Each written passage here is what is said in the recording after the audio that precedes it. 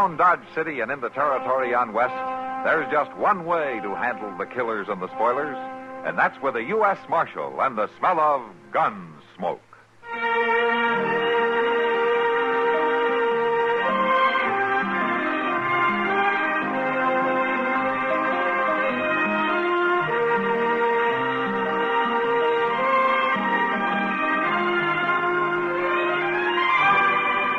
Gunsmoke, starring William Conrad, the story of the violence that moved west with young America, and the story of a man who moved with it.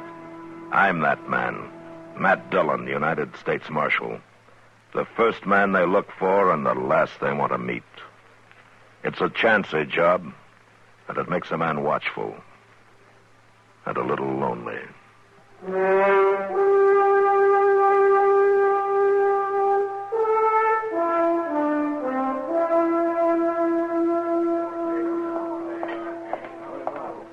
Marshal? What? Marshal, I've been looking for you. Oh, hello, Tush. I just want to ask you one question. All right, go ahead, ask. Are you not sworn as a matter of bounden duty to uphold law and order in Dodge City? Well, I guess you could put it that way. Then why don't you get up from that there table and go out and find that cow? Oh, Cow? goodness, you think all Mr. Dillon's got to do is go around hunting some scrawny old You cow? keep your mouth shut, Chester. No, just a doggone minute here. Ain't nobody going to smart off at Sit me down, like that. Chester, sit down. I You too, Tush. You keep waving your arms like that, you're going to get apoplexy. ain't got no time to sit down, Marshal. I got 1,400 head of cattle over across the river, bawling and a-frothing.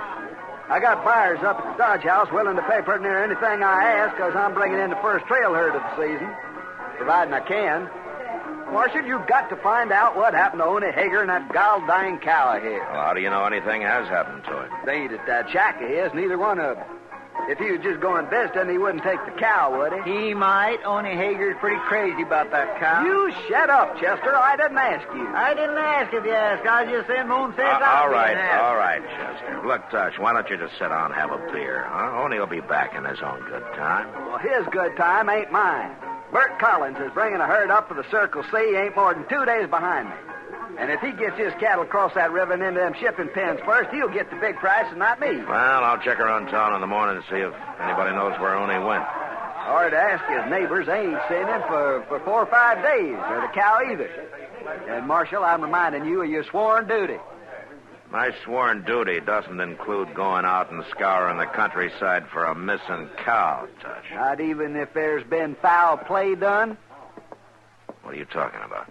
That shack of his has tore up something awful, like there was a big fighting ruckus in it.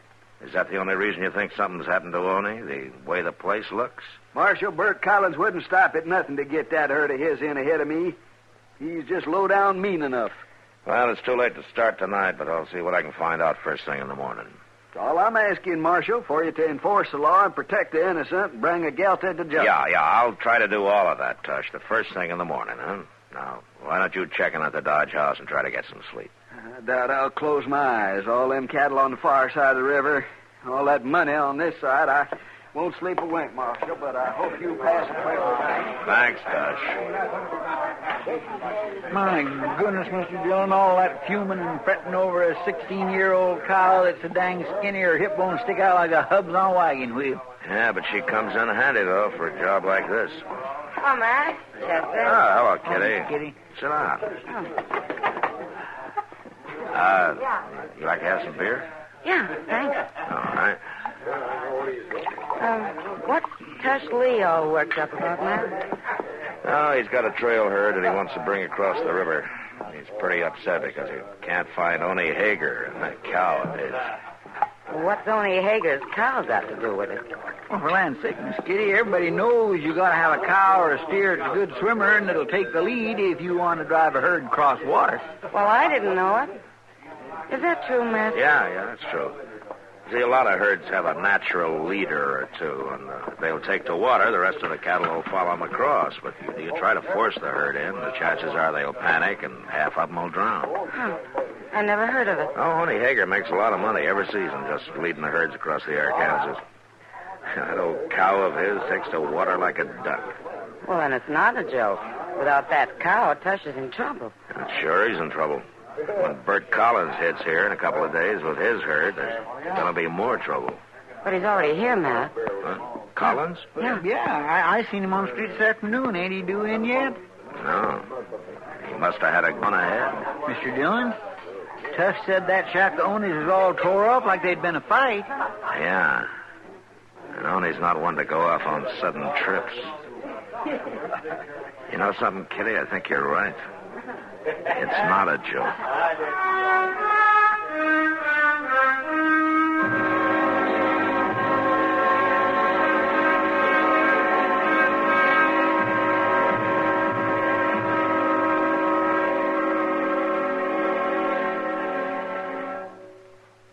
Now, just listen a minute, if you will. I've got a little story to tell you. Well, it's not so little. It's sort of a tall tale. It's about a drought-busting weather conjurer named Feebold Feebleson. Why, they say Kansas never had a drought that he couldn't bust in 24 hours. They say he had at least 100 different ways of doing it, too. Once, when it got so hot that folks had to spend half their time in some lake to keep from drying up and blowing away, old Feebold figured it was time for a little rain. Well, he thought on the problem for a while. Then he went out and built huge fires all around the lakes and kept them a-going until the lake started boiling and the water got to vaporizing. These vapor clouds rose up from the lake so fast they slammed into one another and started raining all over the place. Well, sir, once primed, the rains came again and were soon back on schedule. Feebold saved the country that time. That wasn't the only time that Feebold saved the country either. There were others, too. Like the time he used the noise method to make rain. Oh, he didn't use cannons and rockets and the like. He was original. He used frogs. Now, Feebold realized that frogs wouldn't croak unless they were good and wet, so he hypnotized a couple of them and told them it was raining. Well, sir, it would have done your heart good to hear them frogs croaking with joy and spreading the news around. Soon every frog in the country was croaking as loud as he could, which was loud enough to give an Indian rain god a skull-splitting headache. Well, the amount of noise turned out to be just right, and the rains just poured down. Of course, old Feebold could only use that method once a year, because so much rain would come down that the frogs would get washed clear down to the Gulf of Mexico, and it'd take them near a year to get back home. Rain, fog, sleet, snow, heat, or what have you. Old Feebold had a way to handle the situation. Why, I remember the time that... No, I hadn't better tell you that one. Why, it's almost unbelievable. And I don't want to take a chance on making you think that I might stretch the truth just a little bit. Say, isn't it nice being citizens of a country where you can laugh and talk about things free as a breeze? And write and read and worship, too. Yes, sir. Maybe you don't think about it much, but you should.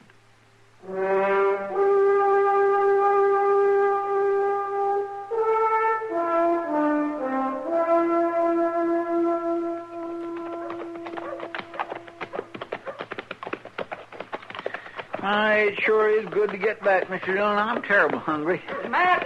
Oh, Matt! Huh? Wait a minute. Oh, hello, Doc. Oh, Doc. Want to talk to you. All right.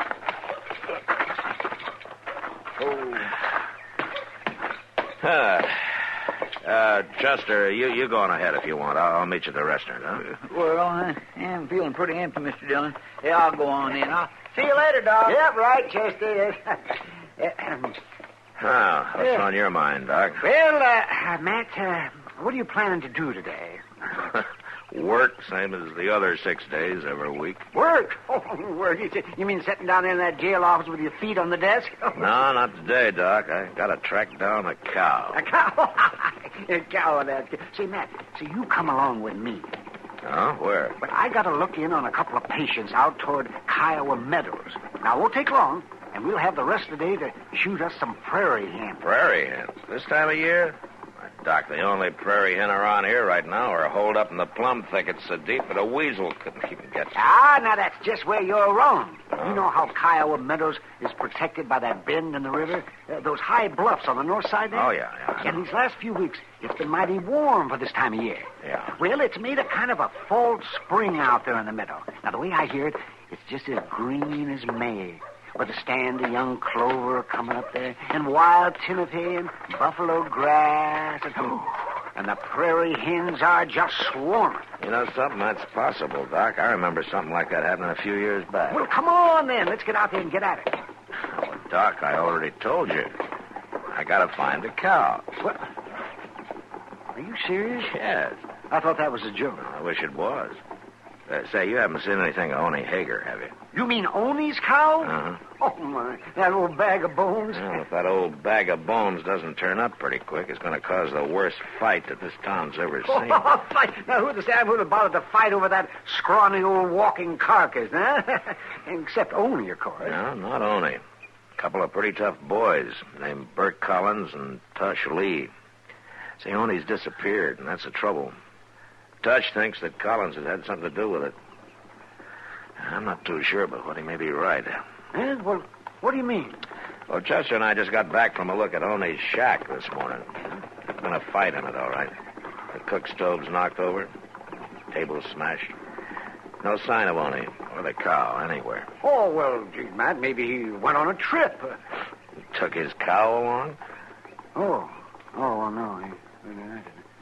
Say, Matt, if anyone's done something to poor old Oni, they ought to be hung. Well, I feel the same way, Doc. He's got his faults, but he's a harmless old coot, and he never did any hurt to anybody in his whole life. Yeah. It kind of looks like somebody did some hurt to him, though.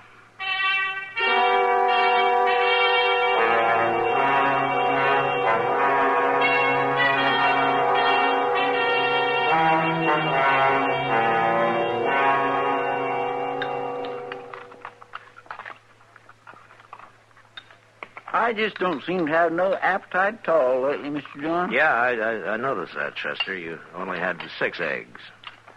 Well, I don't mean I don't eat exactly, but I just don't seem to relish it so much anymore. Oh, I see.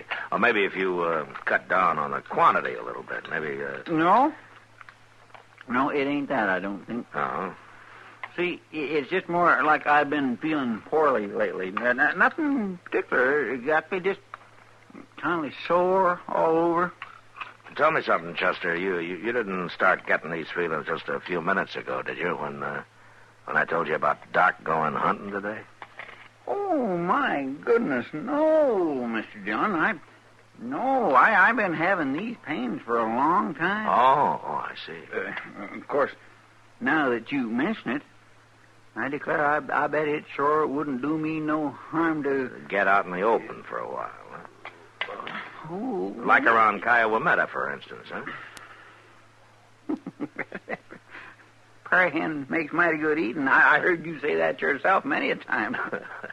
Doc's already promised us something, Chester. Oh, Doc's already... Look, seeing is believing. Doc can't hit the side of a barn with both hands and a board in the middle. You know that. Matt.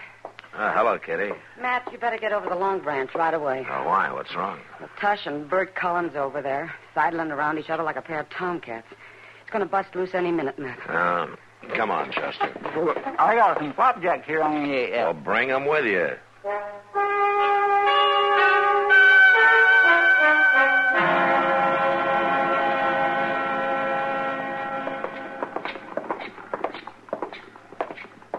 Ain't ought to say nothing about nobody. There they are, Mr. Dillon. Everybody knows what kind of people some people are, and with them kind, proving ain't needed. Well, now, man had never had no friend his whole born days. Shouldn't ought to expect nobody here to agree with him. Matt, if we get another mirror broke Well, I this month, see we it. might as Man well ain't close like up. you. We'll see what we can do, Kitty. Ought to be around You and stay here, important. Chester. Yes, sir. I'm Want some saying you made flapjacks? off with Oni Hager and that cow of his, and more than likely you done him in.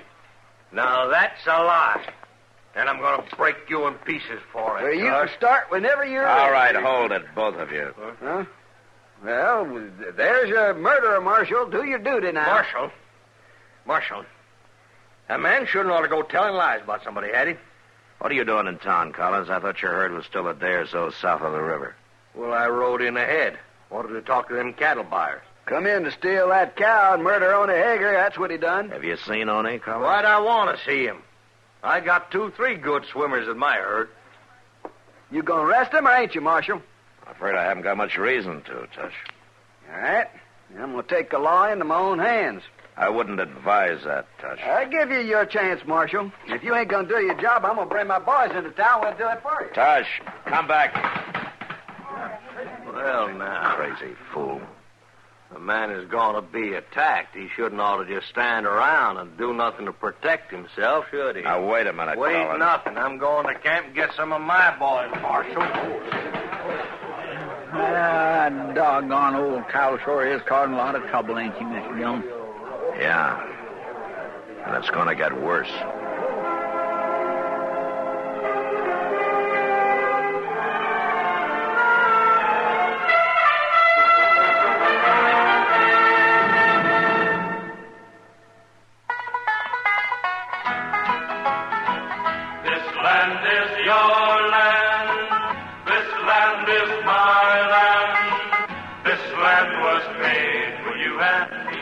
For all that we tend to group Nebraska with one or another of the states, the Cornhusker State has many characteristics which are strictly its own. Since 1875, for example, Nebraska has been a debt-free state which preferred to spend 10 years building the Capitol at Lincoln rather than spend money it didn't have. Further, as its name may indicate, corn is its most important crop, and Omaha's stockyards are among the largest in the world. Then there's historic Chimney Rock near Bayard, and the town of Alliance, which was once almost sold by the Burlington Lines Railroad. Many years of tears and Indian wars and hardships such as the grasshopper plague contributed to the words which are engraved upon the Capitol. Honor to pioneers who broke the sods that men to come might live. Nebraskans live by these words, and they live for them.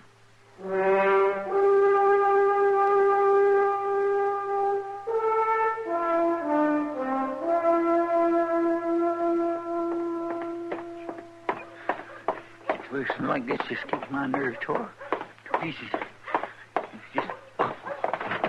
Mr. Dillon? Mr. Dillon? Shut the door, Chester. Oh, yes, sir. Mr. Dillon, what are you aiming to do? Sit here and digest my breakfast? Why? But they're going to be at it any minute now. Who is? Tush Lee and Bert Collins, you ain't forgot about them, have you? No, but I wish I could. Well, they're in town right now, both of them, and they got their men with them. Yeah, I know. Well, if you already know, why don't you do something? Like what, Chester? Well, my land, you could... At least you could go...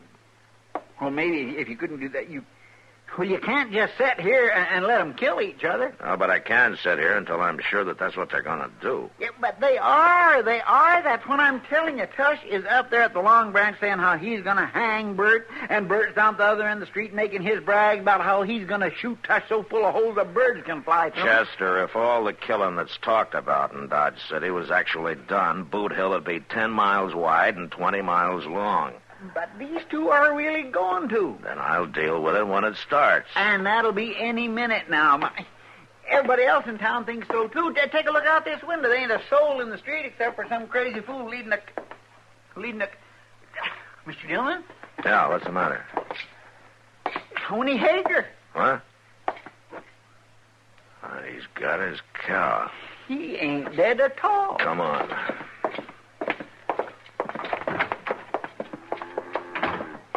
Hey, Arnie! Wait up a minute, will you? And look, there's Tush at the door of the Long Branch there. Yeah. There comes Collins and his men. It's him. Morning, Marshal. Chester. Oh, Arnie. It's looking up to be another mighty pleasant day now. Or wouldn't you say so? Yeah. It's a fine, fine day, Arnie. Where have you been? You know, me and Ida Bell here has been up to Kiowa Meadows for a few days. Kiowa Meadows? Oh, my goodness, it's just like spring up there. All new grass and fresh clover, and Ida Bell ain't at nothing but dry feed all winter. It's just done her a world of good. Ain't that right now, dearie? Tosh! What? Come on out here. You too, Collins. And both of you come alone. You had any excitement around town while I've been gone, Marshal? Excitement? Oh, no. None to speak of, Arnie. Things have been pretty quiet. Arnie, did you see any prayer hen up in Kiowa Meadows? Oh, my, yes. There was just scads of them. I'm mighty glad you got away from him, Oni. Did he hurt you bad? Oh, now shut up and listen to me, both of you. Before you start taking the law into your hands again, Tush, you better stop and think for a minute. He's only been away on a little trip. Collins here had nothing to do with it. What? It's true. Tell him, Oni. Well, I don't know what you're talking about, but me and Ida Bell's been up to Kiowa Medicine. Well, there you are, Tush. Like I told you. Well, how was I to know? Well, you didn't know. And it's like I said, a man hadn't ought to say what he ain't sure of. I reckon I was kind of in the wrong, all right. Well, that's for dang sure. And you made me look real bad, Tush. Yeah, I guess I did. Bert, I might set up drinks if you was a mind to. All right. You ain't got to say that but one time. Let's go. Oni, will you have that cow down the river in a couple hours? I got a job for her. Well, I'm mighty sorry, but Ida Bell can't do no swimming today. She can't? Well, why not? Well, she ate too much green clover, and she ain't going to be fit to go in the water before tomorrow. Tomorrow may be too late. Oh, forget it, Tush. Throw your herd in with mine. We'll swim them across together. Well, we'll hold out for the same price with them cattle buyers. Fair enough. Oh, all right. Come on, let's get that drink. Okay. Say, Oni, Yeah? if you went off on a trip on your own choice, now how Yeah? come your house was all tore up so bad that way? Yeah? Well, that was on account of Ida Bell. She didn't know where we was going, and she put up an awful ruckus before I convinced her. But it wasn't the barn that was tore up, it was the house. Well, of course it was. Where do you expect me to keep her, outdoors? No, Oni. Nobody would expect you to keep that cow any place except right in the house.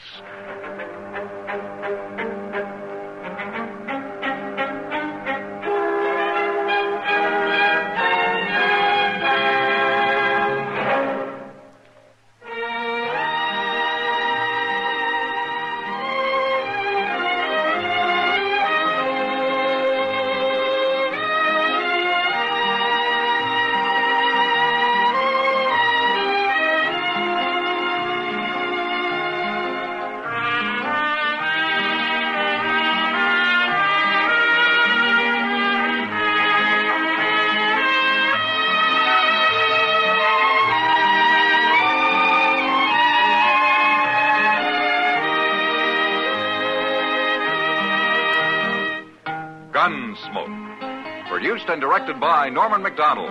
Stars William Conrad as Matt Dillon, U.S. Marshal. Featured in the cast were Parley Bear as Chester, Howard McNear as Doc, and Georgia Ellis as Kitty. George Walsh speaking. Join us again next week for another specially transcribed story on Gunsmoke. This is the United States Armed Forces Radio and Television Service.